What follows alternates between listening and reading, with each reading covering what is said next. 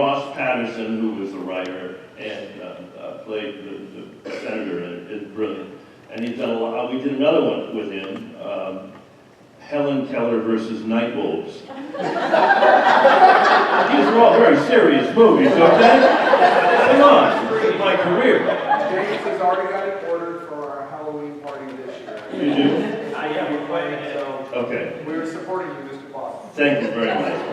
Well, you're supporting Ross Patterson because he puts all his own money into those little pieces of crap. And he gets it back. I don't know how. He gets a foreign sale, and then he just uploads the movies to the world. He doesn't charge anything. He says he's working on his, branding, you know.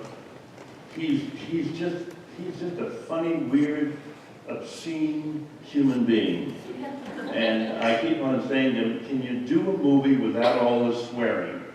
You know, without all the sight gags of things that plop down into vases and things like that. If you haven't seen the movie, there are a few gross things in it, but they make you laugh, right? Yeah. Very low budget film, and I don't know, can you still see it? I think maybe on Maybe on Netflix, I'm not for Netflix sure. or Hulu or something. Yeah. I think if you're a Rocky Horror fan, though, if you're in the same vein of humor, then you should. Oh yeah, no, it's the same. It's the same thing. Absolutely. Yeah. There's another thing I did a couple of years ago called The Devil's Carnival, Hallelujah. Have you seen that? Has anybody seen that? You have? Yeah, did you like it? It's good, isn't it? Darren Bousman, who directed it, who did a few of the Saw movies, and he did Repo, the genetic opera.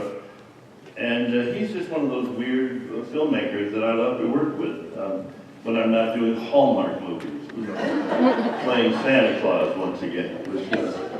I've given the world one Santa Claus this year, which will be on Hallmark, and then next week I'm going to give the world another Santa Claus in a movie called Santa's Girl, where my daughter wants to leave the North Pole and go to a college and experience real life before she has to get into an arranged marriage with Jack Frost's son. And hilarity ensues. But it's actually quite clever and it's fun. Especially the Tooth Fairy scene, where the Tooth Fairy is very gay, and as you would expect a Tooth Fairy to be. So we shoot that in Virginia next week, week and a half or something. I don't know where it's going to end up, but because it's a Christmas movie. You always shoot Christmas movies, you know, in the hottest time of the year. Yeah, Christmas movies.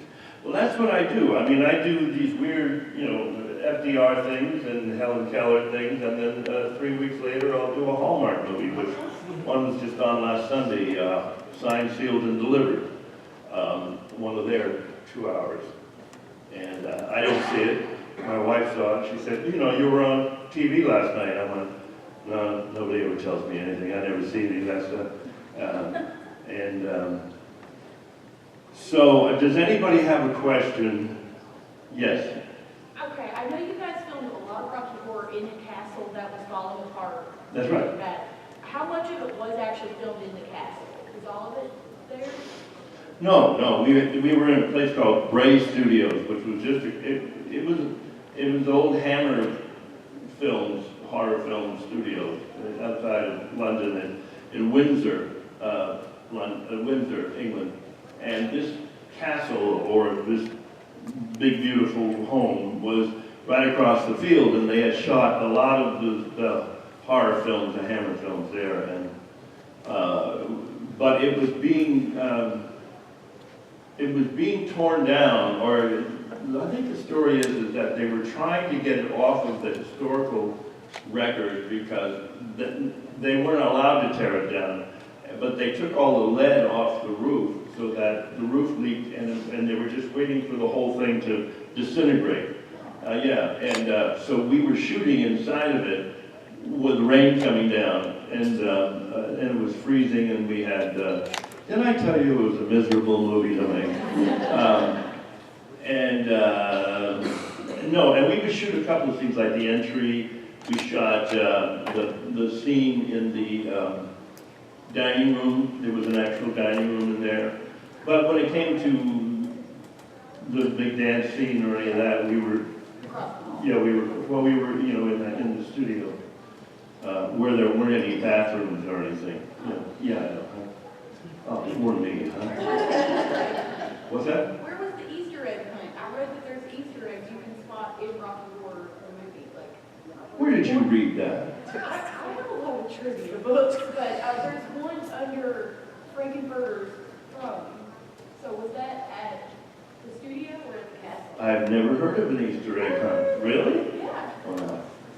Jeez, now I have to see the movie to look for the Easter egg. Really? There's an Easter egg, huh? Yeah. No, I know. Well, I know that the guy who did the sets and all that was brilliant, and he went on to do wonderful things. And he was incredibly creative and kitschy. He knew where to get all that stuff, and I think that's part of the appeal of the movie is that every time you see it, you see something different in the background. Something that's sort of clever. It's very clever, isn't it? Yeah. But so we would walk across the field and back to the little studio where there was only two small. Didn't I tell you how uncomfortable it was? Hard. And then we would, between this little castle thing and the studio, we would, urinate in the field on the way over there, apparently. That's probably more information than you needed. No, sorry? Okay. Did I answer your question? Yeah. Was it a good answer? Yeah. Do you like me? Yes, question. Was there any thing in particular that drew you to the role of Brad? Like, have you been familiar with the Rocky Horror at the stage show beforehand, or were you familiar with anything that? I had seen it on stage with Tim in Los Angeles, and it was such a phenomenon.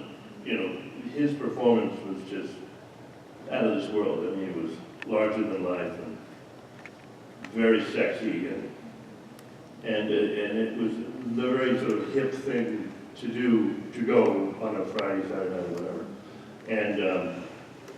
And I had a lot of friends in it on stage, so I knew of it, and I knew that, and I wasn't shocked or anything about it, because that's sort of the world I lived in at the time. When you're in the theater in New York, and you're doing off-Broadway shows naked, these are the kind of things that you look forward to.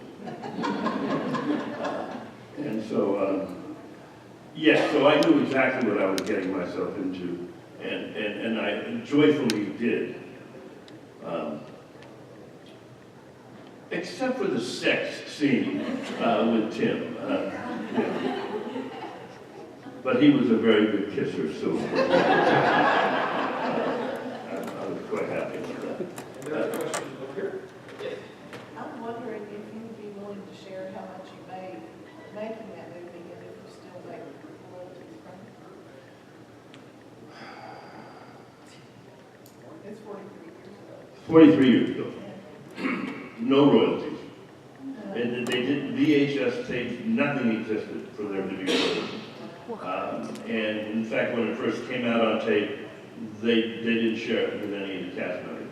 And then when it came out on DVD, they didn't share it. Excuse me. And when it came out on Blu-ray, they didn't share it. Wow. But I have no problems. We get a little bit from the soundtrack in Australia, which is not a lot, believe me. I think Susan made $20,000 for the whole movie. I made less. Did I tell you that? Yes. Okay. Am I bitter about it? I am.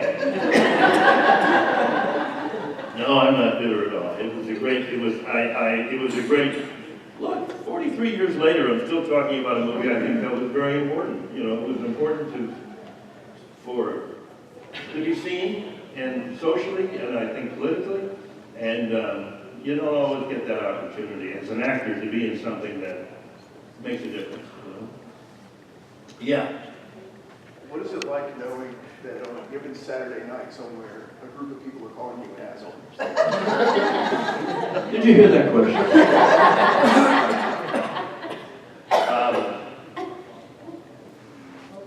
I think from this moment forward, I think I should be called His Assholiness. Okay? His Assholiness. Yeah, because I have lasted this long. I'd rather be called an asshole than a slut. Susan, she was just a little whore. I mean, she just, anything that came in her path after the initial,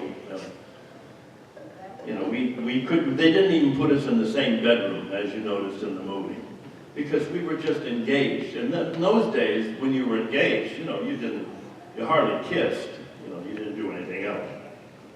So she basically lost her virginity to a transsexual from Transylvania, you know, and I never forgave her. But then she saw me losing my virginity, and but then she had sex with Rocky, right? Everybody, if I remember correctly, everybody, yeah. There was a scene, right, where she was looking up and we're all just, oh, yeah. She's just a little whore. But she was brilliant. I mean, you know, there's not a lot of actresses who they have that sort of randiness underneath their, you know, she thought that her attitude was, I'm going to play the epitome of the good girl, of the heroine, you know, and just do it with a twist. And because she has that thing going on anyway in her, you know, she's very brilliant, bright, and progressive in so many parts of her life that it just worked. You knew that there was something going on underneath all that, and so she didn't have to act it, which a lot of people who do these parts on stage, since we've done it, you know, it just gets too big and cartoony. We tried to be as real as we could and just let the story carry you into the other world. And when we got too tongue-in-cheek, we were always pulled back by Jim Sharman, the director, to keep us all in the same movie. And I think that's one of the brilliant things about the movie, is that when it wants to be edgy and larger than life, it's consciously that way. But then other times we're very real, and I think that honesty works. You know, there wasn't a lot of, oh, hey, you know, kind of, I'm trying to be funny. Aren't I funny? Or aren't I, you know, yeah, so, what was your question? What's it like to have people calling you an asshole? Oh, what, calling me an asshole? Yeah, shut up. Background question? Richard O'Brien's lyrics and music are just amazing in that, and I was wondering if there was a musical on Broadway now that you would be considered your dream job, or that you would love to be offered, or that you think would be worthy. Worthy of me and my talents? Well, I mean, I'm not a Or big him. Sondheim fan, because it's, you know, it's not easy to sing along That's to hard and to things like sing. that. But Rocky Horror is easy for anybody to sing. Yeah, thank you. What you're saying is that I sort of like it was an easy job. Yeah. I know, that's fine. That's great, yeah. No, it's okay. I'm just a loser. It's okay. Anybody could have done my part. I mean, even him. Okay. But On Broadway, you know, I don't go see a lot of Broadway shows. I live in LA now, and they all sort of, to me, maybe I still live in the past, but they're always sort of about the same thing. You know, let's find our way, let's find our life, let's do something. Except for, I guess, Hamilton, but that genre of music I'm not really crazy for. I keep getting asked to do things. I mean, I can't tell you how many times I've been asked to do Chicago. You know, and every actor my age has done a version of Chicago somewhere. But it just doesn't interest me. I don't want to live in an apartment again, you know, in New York and have to. We just did a version of a show I did called Nick and Nora, which was a musical I did back in the 90s. And we did a concert version at a nightclub in New York a couple of months ago, where we got the original cast back together again, Chris Sarandon and pretty much everybody. And we did all the music and some of the lines, and we realized why it was popular at the time musically, and why it only lasted 10 days on Broadway, because it just was not that great a book. But if you have a chance to listen to it, Nick and Nora, there's some great music in it. And we got a cast album out of it, which is good, because usually shows when they haven't lasted over a certain period, you know, under a certain period of time, they never get an actual recording. When we did the Robert Bridegroom, the thing I did in 78 or something, even though we were on Broadway for 6 or 7 months, and I got a Tony Award for it, I still couldn't get anybody to make the album. So I produced the album myself. I got everybody together in a little studio, and we made the album. And it's a good album. If you know the show, it's a really sweet show. You know, it's not FDR American Badass. You know, it's actually a sweet, you know, genuine show. Well, I do rape somebody in it, but that's beside the point. But no. What show should I do?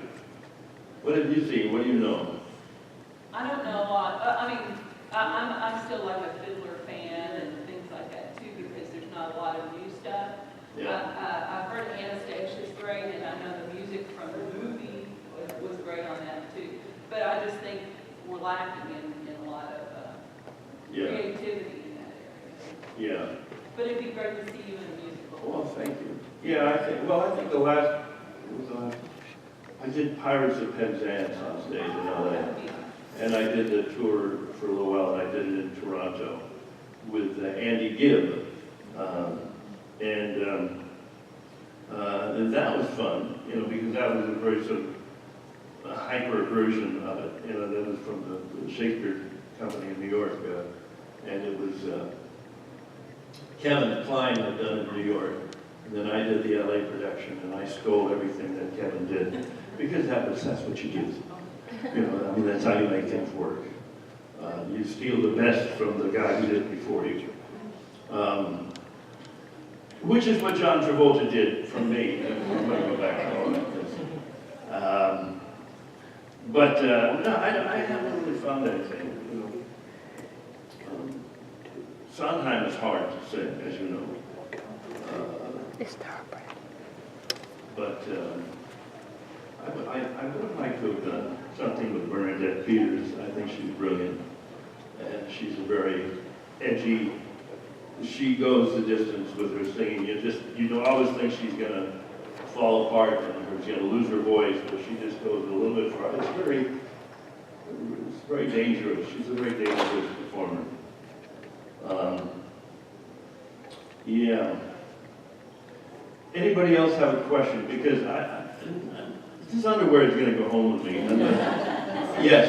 I was wondering what your experience was like working with Michael J. Fox. Michael J. Fox. You know who Michael J. Fox is? He was a great team leader, because he was also our executive producer. And he was shorter than me, which is, a lot of our humor came from that. And I didn't know that that's the way he was going when I finally auditioned. I remember I auditioned and I was always like leaning against things and sitting down and trying to be more his height, you know, but then I realized that I got the part because I sort of was a big man and towered over him in a way. And he had a different way of working than me because he didn't come from the stage, so he wasn't a big on rehearsing. He liked Friday nights in front of an audience, and that's when you'd see his performance. And the rest of us, we like rehearsing. We like coming up with bits and this and that. So, and I know that frustrated him for the first couple of years, until the producer told us all to do it his way, you know, and we did, and we adjusted, and we, you know, I tried not to work out every little bit until it was stale, you know, but he was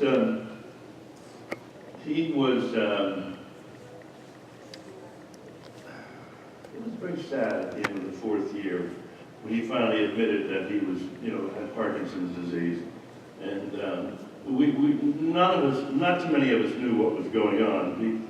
We just knew that he was struggling. But everybody would tell us, or he would tell us, well, I have Lyme disease or something, and that's why I'm on these meds.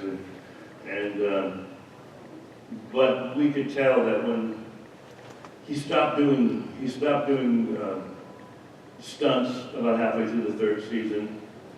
He was a little unsteady on his feet, and if it came time to like turn a light bulb or something, he would struggle with it, you know. And so we all knew something was coming up. But then because he's such a bright guy and so intelligent and knew how to keep that franchise going, I think he wisely got Charlie Sheen to come in, because Charlie had, let's say he had a history, you know, and so he could bring his history and who he was to the part, and something creatively could come out of that, something that was different yet still funny, you know, hopefully funny. So when Charlie came in, we actually became more of a cohesive cast, because you weren't working with your boss and you weren't worried about, well, if I don't get a laugh, you're going to be fired. And we all thought we were going to be fired by the end of the first season. And a couple of them were, but we weren't. You know, but he had a tendency to change. He would change his love interest almost every year until he sort of settled on Heather Locklear. Ugly girl. And not funny. You know, horrible human being. And I'm trying to get her to come to one of these conventions sometime. Would you like to see Heather Locklear? Yeah. Yeah, okay. Well, I'll tell her that. We're trying to get a Spin City sort of reunion. We can get Alan Ruck, we can get, you know, 3 or 4 of the guys, but we need a woman. So we're thinking Heather. Who else?